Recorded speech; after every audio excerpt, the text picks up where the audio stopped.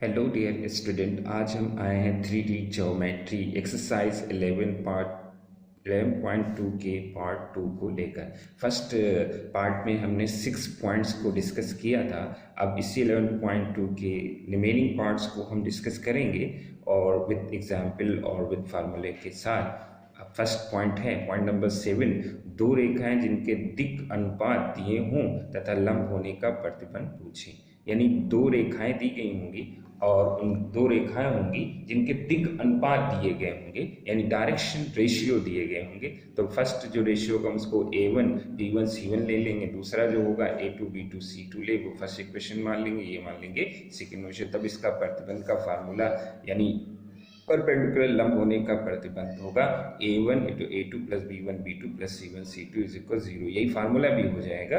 ये तब लगेगा जब दो रेखाओं के दिक् अनुपात दिए गए होंगे और लंब होने का प्रतिबंध पूछेंगे। इसको एग्जाम्पल से समझते हैं। एग्जाम्पल हमारा कहता है कि दो रेखाएं जिनके दिक् अनुपात इतने और इतने हैं, दिखाइए कि दोनों रेखाएं एक दूसरे पर लंब हैं। तो ये जो पहला अनुपात है इसको A1 B1 C1, इसको A2 B2 और C2 हम लेट कर लेंगे, जैसा कि इसमें लेट किया गया। अब लंब होने के प्रतिबंध का फार्मूला लगा देंगे। लंब होने के प्रतिबंध का फार्मूला एक cross A2 + B1 B2 + C1 C2 = 0। यहाँ पे ध्यान रखने की कोशिश, ये क्रॉस जो है ये अब सारणी में नहीं जाएगा क्योंकि यहाँ पे रेशियो है तो डायरेक्ट मल्टीपल हो जाएगा। A1 A2 B1 B2 C1 C2 की वैल्यू रख देंगे। 5 2 10 4 3 12 -2 22 12 और 10 22 -22 22 10 0 हो जाएगा। इससे ये प्रूव हुआ कि इक्वेशन 1 जो है वो इक्वेशन 2 पर परपेंडिकुलर है। अब चलते हैं पॉइंट नंबर 8 की ओर। पॉइंट नंबर 8 कहता है कि दो रेखाओं के दिक् कोसाइन दिए हों तो लंब होने का प्रतिबंध ज्ञात कीजिए। यानी अब की दिक् कोसाइन दिए होंगे तो हम दिक् कोसाइन में जो है उनको L1 L2 मान लेंगे। L1 N1 N1 L2 M2 N2, ये फर्स्ट इक्वेशन पे हो जाएंगी, सेकेंड इक्वेशन पे हो जाएंगी। अब इसको जो है इसका फार्मूला हमारा प्रतिबंध का बन जाएगा जाकर कि L1 cross L2 + M1 M2 + N1 N2 = 0। सी वही फार्मूला है जो पहले वाला था, बस इसमें A1 A2 की जगह L1 L2 चलने लगेगा। एग्जाम्पल, यदि दो रेखाओं के दिक् कोसाइन इतने इतने हैं तो दिखाइए कि दोनों रेखाएं एक दूसरे पर लंब हैं। यानी दोनों के दिक् कोसाइन अब की दे दिए, डायरेक्शन कोसाइन है तो इसको L1 M1 N1, इसको L2 M2 और N2 लेते हैं। L1 इतना हो जाएगा, M1 इतना और N2 इतना हो जाएगा। उसी तरह L2 इतना, M1 इतना। लंब होने के प्रतिबंध का फार्मूला लगा देंगे। जब दिक् कोसाइन दिए हुए तो L1 × N2 + M1 M2 + N1 N2 = 0। इसकी वैल्यू पटअप करती जाएगी दोनों की, तो 5 2 10 11 121 6 3 -18 11 121 4 2 8/121 हो जाएगा। ये 10 है, ये 8 है, दोनों प्लस में 10 8 18/121 -18/121, दोनों माइनस हो जाएंगे तो 0 आ जाएगा। तो इस चीज को प्रूव करेगा कि इक्वेशन 1 जो है वो सेकेंड इक्वेशन पर परपेंडिकुलर यानी लंब है। अब चलते हैं पॉइंट नंबर 9 की ओर। दो रेखाओं के दिक् अनुपात दिए होने पर उनके समांतर होने का प्रतिबंध। यानी दो रेखाएं के दिक् अनुपात दिए गए होंगे, दिक् अनुपात में डायरेक्शन रेशियो दिए गए होंगे और उसके जो है हमें दिखाना होगा कि ये दोनों रेखाएं जो हैं जिनके दिक् अनुपात दिए गए हैं वो समांतर यानी पैरेलल हैं। तो फर्स्ट पॉइंट को A1 B1 C1, दूसरे A2 B2 C2 और समांतर होने का प्रतिबंध हमारा हो जाएगा A1/A2 = B1/B2 = C1/C2। यदि तीनों के रेशियो इक्वल हो जाएंगे तो वो तीनों जो हैं हमारे पैरेलल हो जाएंगे, यानी वो दोनों रेखाएं समांतर हो जाएंगी। यही फार्मूला हो जाएगा। इसको हम एग्जाम्पल से समझते हैं। एग्जाम्पल हमारा कहता है कि यदि दो रेखाओं के दिक् अनुपात क्रमशः इतने और इतने और इतने दिए गए हैं तो दिखाइए कि दोनों रेखाएं समांतर हैं। तो फर्स्ट वाले को हम A1 B1 C1 लेंगे, सेकंड को A2 B2 और C2 यहाँ पर लेट कर लें। समांतर होने का प्रतिबंध का फार्मूला लगा देंगे। फार्मूला है A1/A2 B1/B2 C1/8, यानी 4/8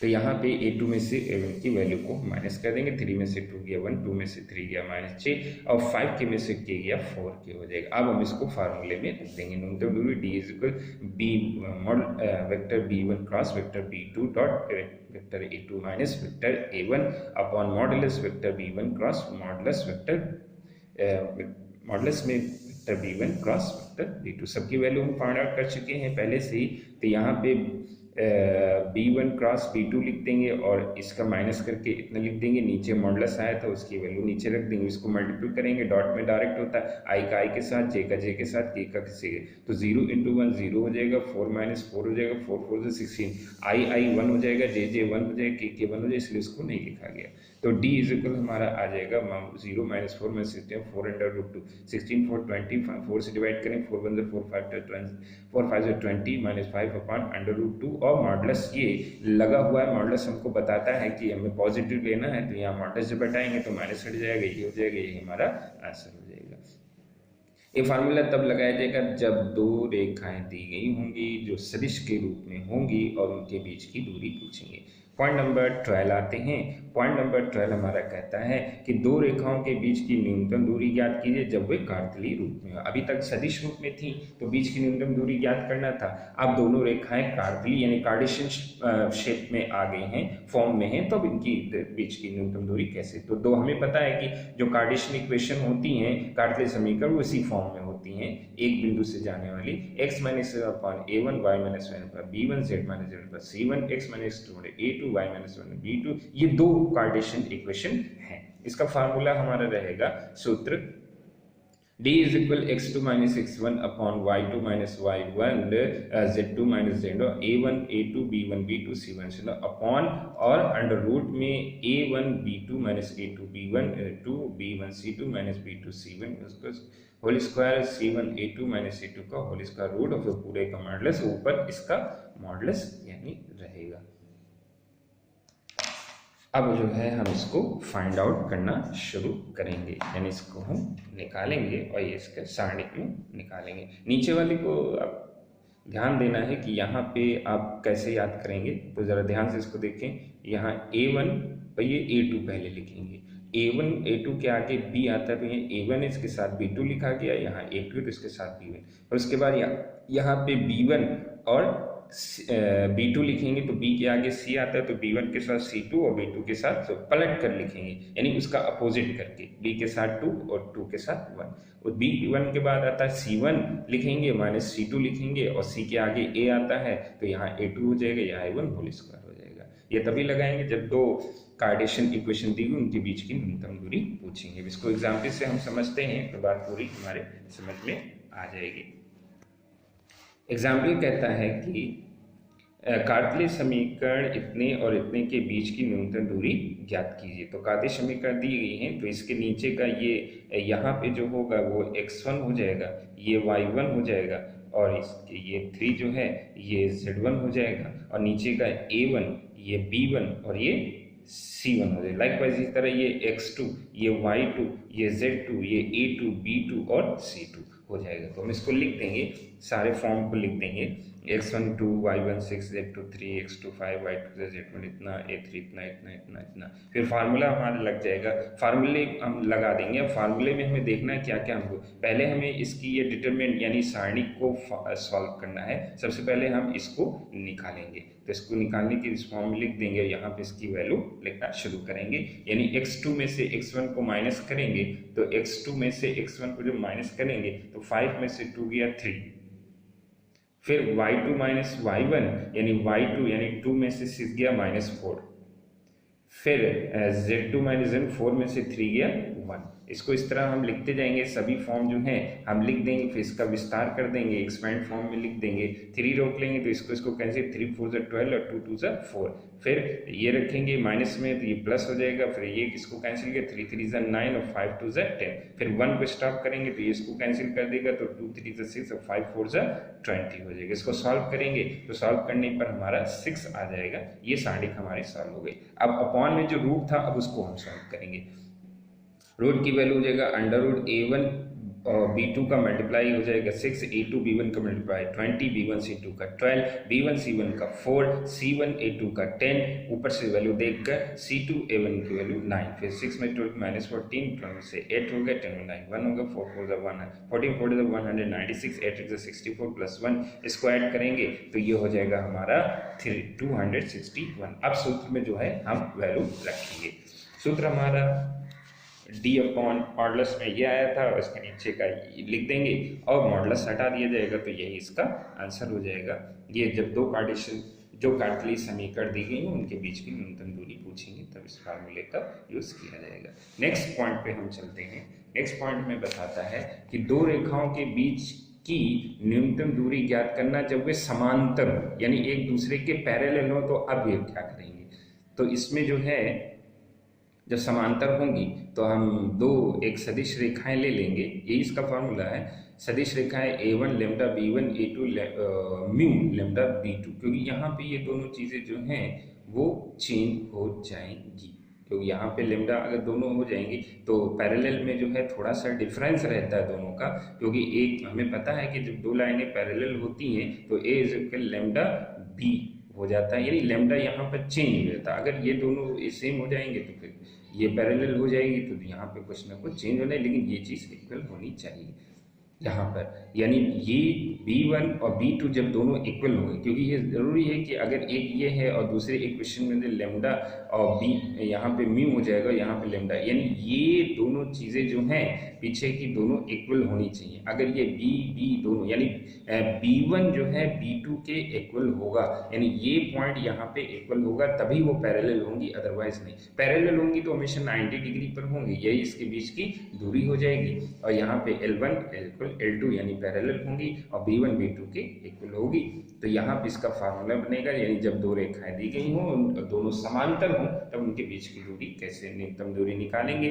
तो vector B cross A2 minus A1 upon modulus B, और ये खुद मॉडुलस में रहेगा ये पूरा फिर फुल फॉर्म में। इसको एग्जाम्पल से समझते हैं। एग्जाम्पल कहता है यदि दो रेखाओं इतने तथा इतने हैं जो कि समांतर हैं तो उनके बीच की दूरी न्यूनतम ज्ञात करें। तब ये दो इक्वेशन हमारी हो गई, आप देख रहे हैं कि ये हमारा R इज इक्वल ये A हो जाएगा और ये हमारा B हो जाएगा। यहाँ पे दूसरी इक्वेशन में देखें ये A हो जाएगा और ये B हो जाएगा। यहाँ पे ये दोनों चीज़ें अलग हैं, लेमडा और मी की वैल्यू तो इक्वल नहीं, लेकिन ये B की वैल्यू जो है ये दोनों इक्वल हैं। ये जब तक इक्वल नहीं होंगी तब तक ये पैरेलल या समांतर नहीं होंगी। ये इसकी पहचान है कि समांतर होंगे तभी निकलेगा, और समांतर के लिए B1 और B2 की वैल्यू इक्वल होना चाहिए। तो A1 हमारा हो जाएगा I plus J plus K और A2 हमारा हो जाएगा 2I plus J minus K, और B दोनों सेम है तो A की B ले लिया जाएगा 2I प्लस K। अब सूत्र हम देखते हैं।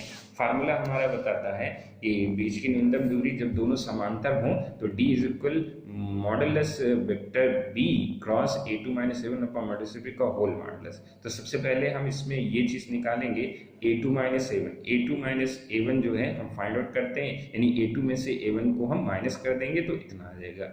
अब हम इन दोनों का जो है क्रॉस निकालते हैं। क्रॉस में सारणिक से हल होगा, वेक्टर B क्रॉस A2 तो I J के लिख देंगे और B की वैल्यू 2 0 1 हो जाएगी, और A2 माइनस ये हमने भी फाइंड आउट किया है तो 1 हो जाएगा, ये 0 हो जाएगा, ये -2 हो जाएगा। फिर इसका एक्सपेंड फॉर्म कर देंगे तो एक्सपेंड फॉर्म में हमारा विस्तार करेंगे तो इतना आ जाएगा। फिर इसका हम मॉडुलस निकाल लेंगे तो 0 का स्क्वायर 5 का स्क्वायर और 0 का स्क्वायर, 5 5 से 25, 25 को सॉल्व करेंगे तो हमारा आ जाएगा 5 हो जाएगा।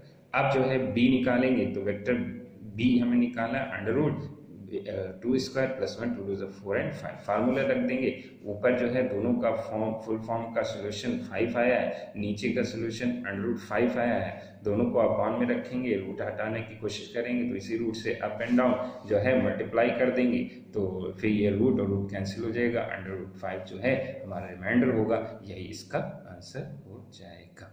यही जो है हमारे एक 6 पॉइंट जो हैं एक्सप्लेन किए गए पहले, और रिमेनिंग 7 पॉइंट एक्सप्लेन किए गए। टोटल जो है 13 पॉइंट जो है वो कंप्लीट हो चुके हैं और यही जो है एक्सरसाइज जो है 11.2 में बहुत हेल्प करेंगे, क्योंकि एक्सरसाइज 11.2 जो है थोड़ी डिफरेंट है और इसमें बहुत से फार्मूले का यूज़ किया गया है, इसलिए हर example with formula with example जो है इसको एक्सप्लेन किया गया है ताकि आप इसको अच्छे से समझ जाएं।